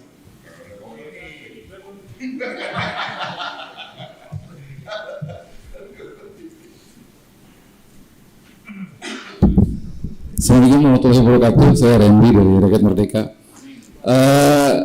Yang pertama soal pemilu damai, sepertinya memang hari-hari ini panasnya sudah mulai mendidih nih. Sebelum-sebelumnya PDIP adem aja sebenarnya.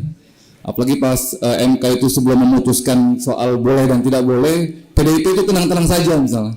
Tapi ketika pasca MK itu ini sudah mulai nih, tensinya sudah mulai panas.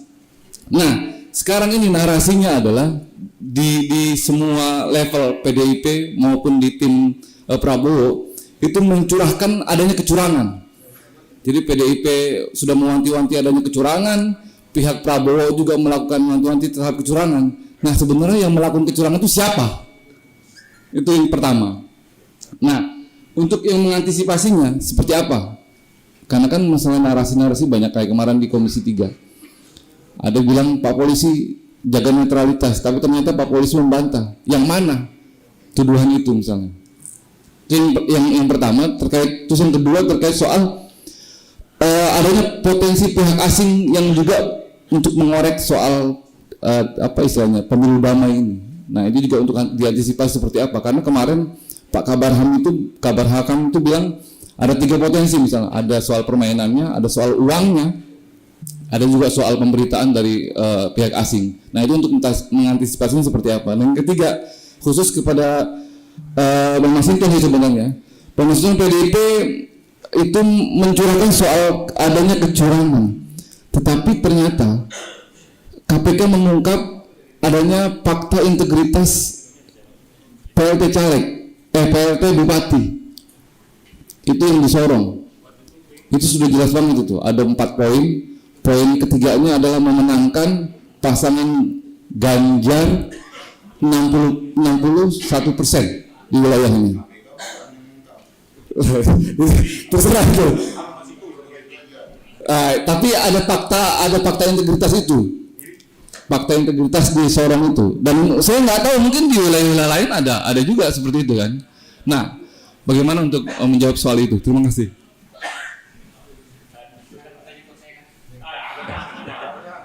Oke, Gus Jazil mungkin pertama udah cukup dijawab. Ya, Gus Jazil dulu aja. Baik, terima kasih dari beberapa pertanyaan tadi. Saya menjawab secara ini saja sebab saya menitipkan banyak jawaban ke Pak Masinton. Nah, yang banyak ditanyakan Pak Masinton. Yang paling signifikan ditanyakan kepada kami soal perubahan. Tentu narasi perubahan ini awalnya PKB sendiri melihat ini narasi yang belum terlalu kuat.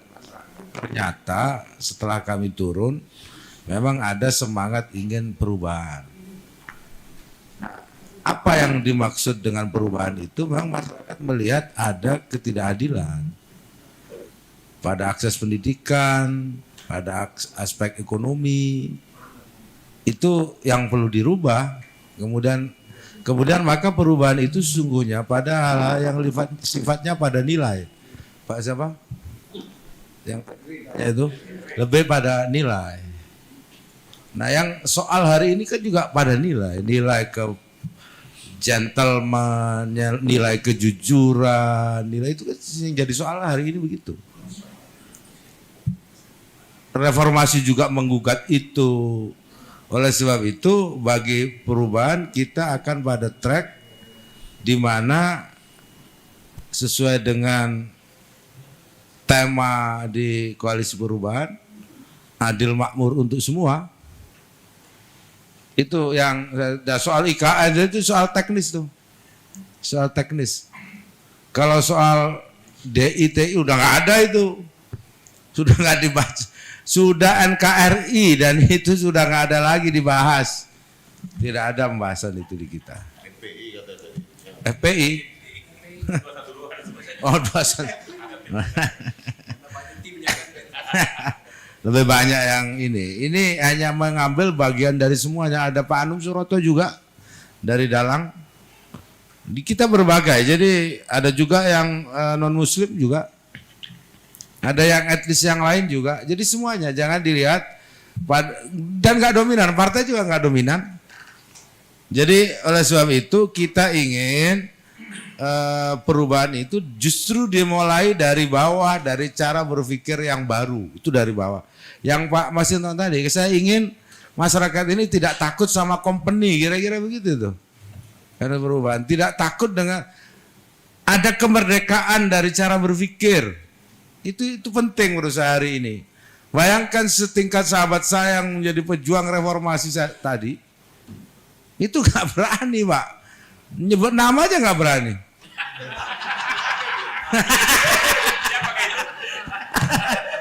Itu Pak, itu Pak Harto saja takut. Pak Harto itu takut sama teman saya ini. Enggak, sebentar Pak Jajal, nggak nyebut nama itu maksudnya pasangannya Pak Prabowo. Iya kan? Ya Prabowo dan pasangannya. Ya gitu loh. Nah, lidah saya nggak terbiasa. Jadi tapi gini, ini terkonfirmasi dari sebuah lembaga survei. Memang tingkat kepuasan tinggi, tapi begitu ditanya soal kebebasan menyampaikan pendapat, yang menjawab 62% mengatakan takut. 62% takut menyatakan pendapatnya. Nah, di antara itu Pak Masinton.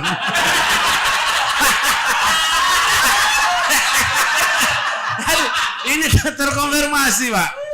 Itu artinya apa yang disampaikan oleh lembaga survei mungkin saja memang tidak sepenuhnya bisa menangkap situasi kebatinan yang seperti disampaikan oleh Pak Masinton. Termasuk saya ikut membantu menjawab. Kenapa sekarang bisa berubah? Itulah kekuasaan. Itulah yang di reformasi ingatkan.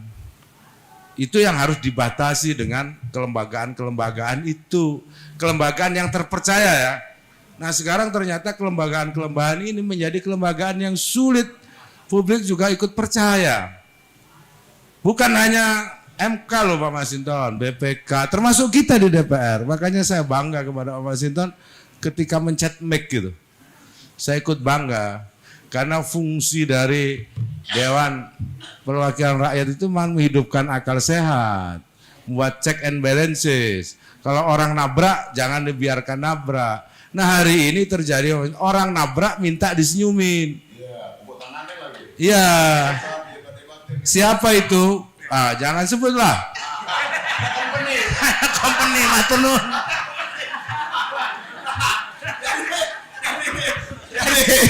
Ya, Pak Jadil, iya, takut company juga situasi hari ini, Pak Jadil. Jadi, gimana? Moderator siapa? Ya udah saya lanjut, izin senior. Iya. Jadi sama-sama takut company juga. Nah jadi Kalau tadi apa yang beredar di media sosial, saya lihat kemarin itu apa, bulan Agustus ya apanya, yang dibilang mendukung apa segala macam, dan itu kan sudah dibantah oleh TPN bahwa itu nggak benar, dan sumber informasi itu juga bukan dari KPK, iya kan? Nah, artinya terbantahkan. Kalau hari ini kita jangan dibawa ke narasi ini kita anak muda, nggak usah lah, gitu loh. Ini sudah bukan persoalan anak muda, kita bilang. Kita semua partai politik tuh, ya, punya kepentingan. Kalau kami kalau PDI Perjuangan komit terhadap kepemimpinan orang-orang muda, tapi yang lahir dari by proses, gitu loh. Maka dibuat penjenjangannya tadi, bukan dengan nabrak aturan. Yang ditabrak ini kan aturan kita bernegara, Pak. Gimana? Iya. Jadi kalau bicara anak muda, Pak, saya ini lahir dari proses politik anak muda, Pak. Kita ini lahir dari proses politik anak muda, Pak. Anak muda yang menentang yang namanya ketidakadilan, anak muda yang memperjuangkan keadilan dan kemudian memperjuangkan demokrasi, Pak, kebebasan dan lain-lain. Dan kemudian kita berproses, kita dari mulai mahasiswa sudah menentang itu, Pak. Dan kita berproses. Saya bukan anak siapa-siapa, bukan anak orang kaya, gitu. Tapi kemudian kita berproses dan demokrasi ini mengantarkan semua semua golongan memiliki kesempatan yang sama, Pak. Sehingga kita berproses. Saya ketika mau jadi DPR berproses, Pak. Lahir dari politik anak muda saya ini. Bukan anak pejabat saya. Gitu loh. Kalau mau bicara politik anak muda tadi, Pak. Sehingga disitulah orang kenapa butuh proses waktu agar berkarakter, punya mental yang kuat, punya pemikiran yang bagus apa segala macam, agar memiliki leadership. Ini negara, Pak. Kalau ini cuman daerah tingkat 2, kalau kita ini negara kesatuan, daerah tingkat 2 itu ada masalah, masih ada tingkatan gubernur dan pusat untuk melakukan supervisi. Tapi kalau di level negara, jadi lawak-lawak dong. Ini negara besar, Pak, nggak bisa dipertaruhkan dengan satu kepemimpinan yang nggak punya rekam jejak dan nggak punya karakter kepemimpinan yang kuat tadi.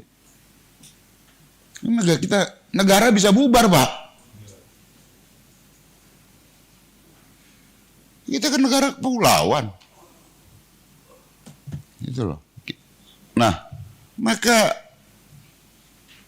dalam konteks kepemimpinan itu, ya, semua kita mendukung anak muda.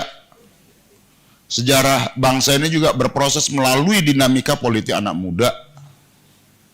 Dari 08, 28, sampai kemudian 98 reformasi itu. Politik kita ini anak muda, Pak. Bukan anak, gitu loh. Bukan anak karbitan, apalagi yang menabrak-nabrak. Siapa itu? Siapa? Iya kan? Itu loh. Siapa itu? Ayo. Jadi proses bangsa kita nih dari anak muda yang berproses, anak muda yang jiwanya berkobar-kobar, bukan anak muda karbitan yang menabrak aturan. Itu, Pak, jelas. Coba tanya itu anak muda KTA-nya apa? Nah, itu. Jadi kemudian tadi pertanyaan teman-teman saya rasa udah cukup menjawab itulah ya yang kita sampaikan. KTA? KTA siapa? Masih ada KTA deh? Hah? Iya, ya. Masih ada KTA-nya? Apa? Ya udah enggak lah, selesai. Ya selesai, Pak. Ya drama lah. Ya drama. Ini udahlah. Ini pemain drama semua, Pak. Siapa itu? Ya kan? Siapa itu? Ya. Ojo, jangan ada drama-drama. Tapi lu nyutradarain. Ya. Nggak mau drama, tapi lu nyutradarain, ya sama aja. Udah deh, ya kan? Rakyat udah tahu. Udah jangan pura-pura lagi drama-drama sok santun, manipulatif. Pemimpin itu satunya kata dan perbuatan. Iya kan? Siapa itu, ada company? Iya. Udahlah, jualan sok. Aduh. Hah? Maksudnya? Oh iya, belaga ini seakan-akan kayak mau dijolimin. Udahlah, rakyat udah tahu, udah pada tahu nggak semua nih? Hah? Ya kasihan deh, korban deh berarti. Berarti korban semua nih, Pak. Berarti ini yang kena survei itu, ini respondennya. Ketahui ya nggak ada? Yang kena. Berarti ini responden survei kemarin nih. Hah? Tingkat kepuasannya tinggi. Tingkat kepuasan tinggi ini berarti. Ini bagian tingkat kepuasan yang tertinggi ini. Sudah tahu belum? Dari tadi Mas cerita nggak tahu. Belum tahu. Ini yang kena. Ini salah satu responden yang tingkat kepuasan. Jadi saya rasa itu aja, Pak. Kita harus akhiri kemunafikan ini. Keberpura-puraan ini. Amin ya robbal alamin. Amin ya robbal alamin. Iya kan? Jangan dirubah. Amin itu tetap dengan ya robbal alamin, gitu loh. Jangan dirubah doa-doa penutup doa kita itu dari amin ya robbal alamin.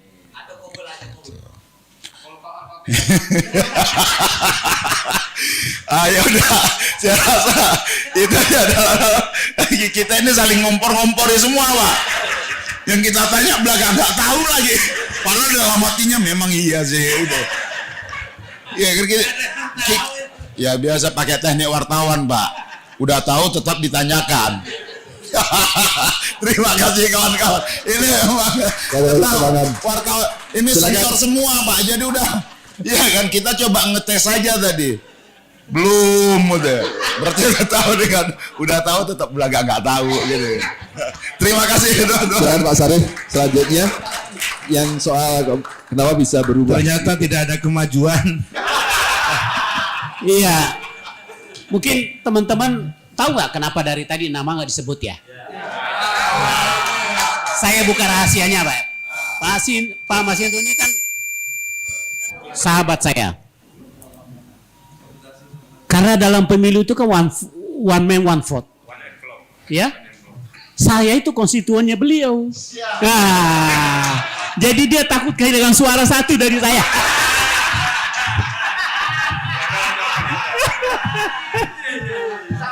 Di Jakarta Selatan, ya. Begitu keluar rumah sudah ada balihonya. Wah. Nah, itulah karena takut kehilangan satu suara.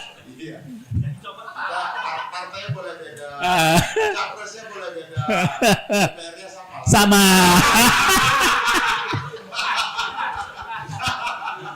Iya. Tadi pertanyaannya yang eksplisit, kenapa berubah ya atau gitu ya? Pindah perahu. Oh, pindah perahu. Demokrat. Jadi begini, saya tuh setuju kalau bahwa semua itu harus lewat proses. Ya. Kami di Partai Demokrat itu sangat regenerasi kepada generasi muda itu sangat mendukung sekali. Bahkan kami boleh mengklaim bahwa di Partai Demokrat itu proses regenerasi dan mendukung anak muda untuk tampil sebagai pemimpin itu boleh dikatakan paling terdepan. Dan almost sekarang ini saya boleh katakan 95% dari kepengurusan DPP itu adalah anak muda semua.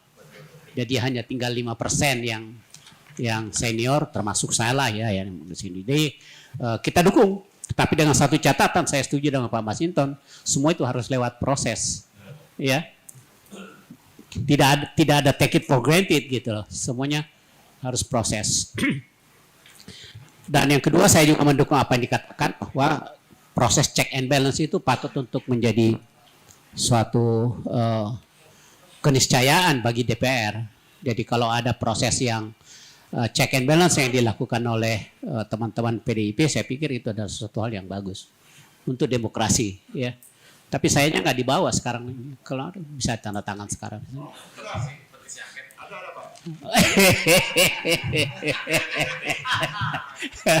Ya Pak Masinton ya. Nah yang kedua, pertanyaan terakhir itu adalah bagaimana dengan kenapa kok bisa berubah? Jadi harus dibedakan.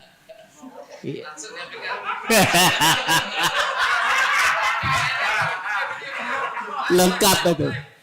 Jadi harus kami kenapa bisa berubah? Ya ini harus dipisahkan ya. Harus dipisahkan tahap sebelum sahabat saya masuk ke koalisi perubahan ya. Pada saat itu gimana? Pada saat harus dibedakan, pada saat koalisi ini belum terbentuk secara utuh dan pada koalisi sekarang beda. Ya. Nah, pada saat kami masih di sana dan kami pull out dari koalisi perubahan, kami harus nyatakan bahwa kami keluar itu bukan karena masalah politik dan sebagainya. Ya, terlepas dari soal politik dan sebagainya, tapi murni karena ketidaknyamanan Demokrat berada di dalam. Nah, kalau kita berbicara ketidaknyamanan itu banyak faktor. Itulah yang membuat kami harus pull out. Dan ternyata pada saat setelah kita pull out, ya kami hanya dihadapkan kepada dua pilihan, tidak ada opsi lain kecuali itu yang di hadapan kami. Dan pada saat kami keluar, terbentuklah koalisinya KPP, ya. Berarti kami sudah keluar dari situ dan opsi yang tersedia itu adalah bergabung dengan Pak Masinton atau ke Koalisi Indonesia Maju. Nah, sekali lagi pada saat itu kondisi sosial itu ternyata yang di antara opsi-opsi yang tersedia bagi kami hanya opsi Koalisi Indonesia Maju yang tersedia. Itulah yang menyebabkan kami berlabuh di sana.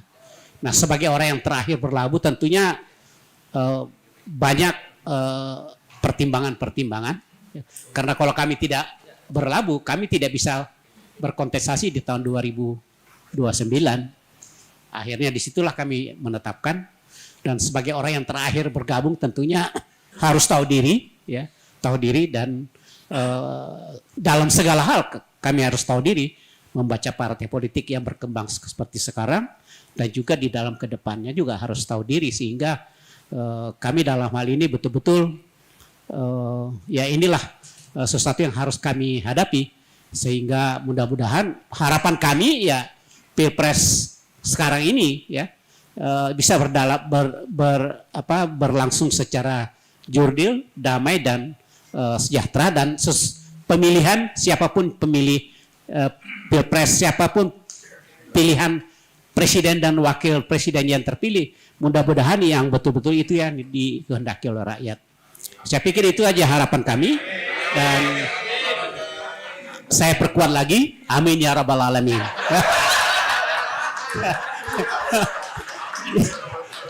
Jadi kami dengan Pak Masinton ternyata banyak persamaan ya. Ya, jadi memang cuma sayangnya perahunya beda gitu ya. Nah, itulah yang terjadi bagi Partai Demokrat, tetapi sekali lagi perbedaan itu boleh bermacam-macam, tetapi manakala kita berbicara tentang persatuan dan kesatuan demi untuk Indonesia yang lebih bagus, saya pikir kita sepakat kita harus selalu berada dalam satu perahu. Saya pikir itu yang ingin saya sampaikan. Terima kasih. Ingat waktu terakhir Pak Abdul Hakim, monggo silakan. Baik, terima kasih. Ada 3 pertanyaan yang mengarah langsung saya dan saya mencoba untuk mengurainya. Nomor 1, pertanyaan yang tadi ditujukan adalah kenapa suara Ganjar Pranowo bisa bergeser begitu ya? Kalau kita lihat dalam 8-9 bulan terakhir, sebetulnya Mas Ganjar dalam berbagai survei yang saya lakukan, jika disimulasi dalam 3 nama teratas, Mas Ganjar selalu di atas gitu. Mas Ganjar itu selama 9 bulan terakhir itu selalu pada posisi atas untuk 3 nama capres tunggal. Nah, Mas Ganjar kenapa kemudian memiliki tingkat elektoral yang cukup mapan? Itu salah satu deteksi saya karena cukup mahir memainkan media sosial. Media sosial ini cukup mumpuni dimainkan oleh Pak Ganjar, dan melalui media sosial ini kemudian pemilih Pak Ganjar itu banyak hadir dari kalangan milenial yang kelahiran 81 ke bawah itu dan Z. Karena data saya menunjukkan memang pemilih inilah yang paling punya akses media sosial cukup tinggi. Hampir 85% itu punya media sosial, dan dari yang punya media sosial ini 50% diantaranya itu cukup suka terhadap informasi politik dari media sosial gitu. Nah, inilah yang menjadi sumber utama selama 9 bulan terakhir ini Mas Ganjar selalu memiliki tingkat elektoral yang cukup mapan di kalangan milenial. Nah, dalam 3 bulan terakhir Mas Ganjar sudah punya pembanding di sektor media sosial. Kita tahu bahwa pembanding ini hadir yang tadi disebut-sebut elektoralnya mulai naik. Pembanding yang cukup mumpuni memainkan ini memang adalah kalangan misalnya Gibran Raka Buming Raka misalnya itu untuk saya melihatnya sekarang Mas Ganjar memiliki pembanding di media sosial. Inilah yang menjadi 2 bulan yang lalu masih Mas Ganjar untuk kalangan milenial. Nah, survei yang baru saya olah saat ini ternyata itu sudah memiliki pembanding. Nah, kemudian hal ini bisa terlihat total di Jawa Tengah. Di Jawa Tengah itu meskipun Mas Ganjar masih menjadi yang tertinggi, tapi angka yang bisa memainkan media sosial khususnya pasca pemilihan Pak Prabowo memilih Gibran gitu, itu sudah mulai mendapatkan pembanding gitu. Nah, inilah yang menjadi penjelasan kenapa kemudian tingkat eleksinya Mas Ganjar mulai agak landai. Itu penjelasan nomor 1. Kemudian untuk pertanyaan apakah demokrasi ala RT/RW ini nanti akan semakin membuat Indonesia sakit? Saya termasuk orang yang mempercayai tidak ada satu sistem politik apapun yang kompatibel untuk untuk diterapkan di semua negara. Demokrasi adalah sistem yang tidak mungkin ansih antara satu negara dengan negara lain itu sama persis. Tidak ada negara di dunia ini yang menerapkan demokrasi secara pasti persis, tidak ada perbedaan. Amerika Serikat dengan sistem meskipun banyak partai tapi kemudian hanya dibelah 2 partai besar sebagai tonggak untuk pertarungan kontestasi dalam pemilu, banyak diikuti oleh negara-negara Amerika Latin, tapi dalam proses pelaksanaannya tidak 100% mirip. dalam konteks Indonesia sebetulnya kita menggabungkan antara demokrasi dan sosialisme gitu. Ini merupakan jalan tengah yang dipilih oleh founding father kita ketika Presiden Soekarno misalnya cukup mampu mengakomodasi berbagai macam pemikiran sehingga Pancasila kita itu adalah merupakan serapan dari demokrasi dan sosialisme, liberalisme dan sosialisme digabung jadi satu di situ. Kita memakai mix. Tidak ada satu sistem demokrasi pun yang kemudian bisa diterapkan secara saklek antara satu negara dengan negara lain. Apakah kemudian sistem demokrasi yang kita lakukan ini membuat kita sakit? Saya malah memiliki pendapat mungkin demokrasi ini yang menjadi kekhasan kita dan perlu dikaji secara akademik. Karena demokrasi ini sudah bertahan berapa kali pemilu. Reformasi aja sudah mau pemilu yang ke-6 kalinya dan demokrasi ala ini masih cukup mapan untuk kita terapkan. Jadi apakah ini membuat sakit? Fakta politiknya 6 kali pemilu bisa kita lewati dengan sistem ini. Dan tidak ada yang kemudian cukup mengkhawatirkan setelah era reformasi ini ketika kita memakai demokrasi dengan sistem akomodatif seperti yang kita terapkan. 10 tahun terakhir buktinya situasi politik cukup stabil. Sebelum Bang Masinton agak cukup mengalami kekalutan gitu ketika kadernya harus berbeda pilihan dengan Bung Masinton. Selama 10 tahun terakhir ini demokrasi dengan proses akomodatif ini cukup membuat politik kita stabil. Apapun proses politiknya, dan itu adalah fakta yang tidak bisa kita bantah. Nah, apakah ini nanti akan membuat lebih sakit? Tentu ini menjadi PR serius bagi dunia akademik kita. Nah, yang terakhir, bagaimana dengan peran relawan? Sebetulnya relawan ini hanya dalam teori demokrasi salah satu organisasi massa seperti NU, seperti Muhammadiyah, seperti organisasi massa ormas lainnya. Dia tidak ada bedanya. Nah, apakah ormas-ormas yang ada pada saat ini kemudian kita hindari untuk bisa tergabung dalam konteks politik? Ternyata meskipun saat ini NU misalnya sudah memutuskan untuk kembali ke HITO, dalam praktek di lapangan banyak secara individu yang mereka kemudian terus terlibat dalam kontestasi politik gitu. PKB misalnya yang menjadi partai dengan basis pemilih NU terbesar, meskipun Nahdlatul Ulama secara keorganisasian tidak terlibat dalam politik, tapi secara individual mereka banyak tergabung dan terafiliasi dalam partai politik. Nah, dalam konteks relawan, kenapa kemudian mereka harus bikin gerbong sendiri? Tentu ini menjadi pertanyaan serius. Bagaimana parpol semestinya bisa memiliki instrumen untuk bisa mewadahi mereka? Sehingga seandainya mereka ini terwadahi dengan struktur rekrutmen yang baik dari partai politik, mereka tidak akan nyempal sendiri untuk bikin gerbong dalam mendukung salah satu capres.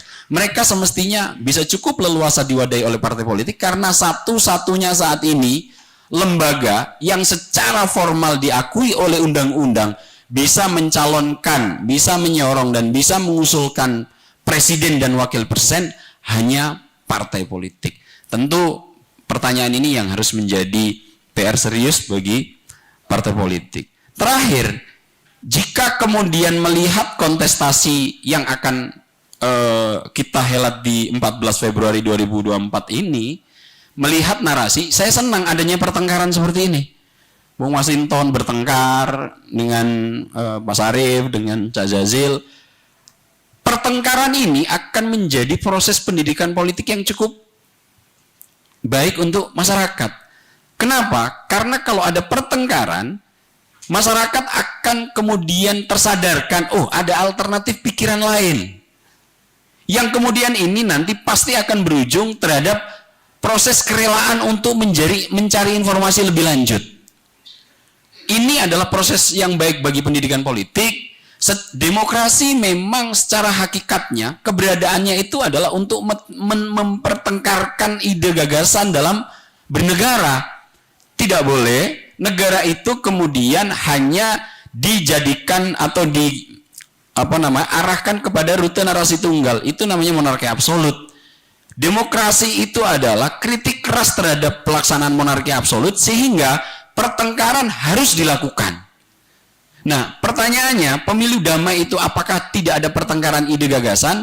Tentu saya juga sebagai stakeholder yang turut untuk mengawal demokrasi, saya tidak setuju sama sekali.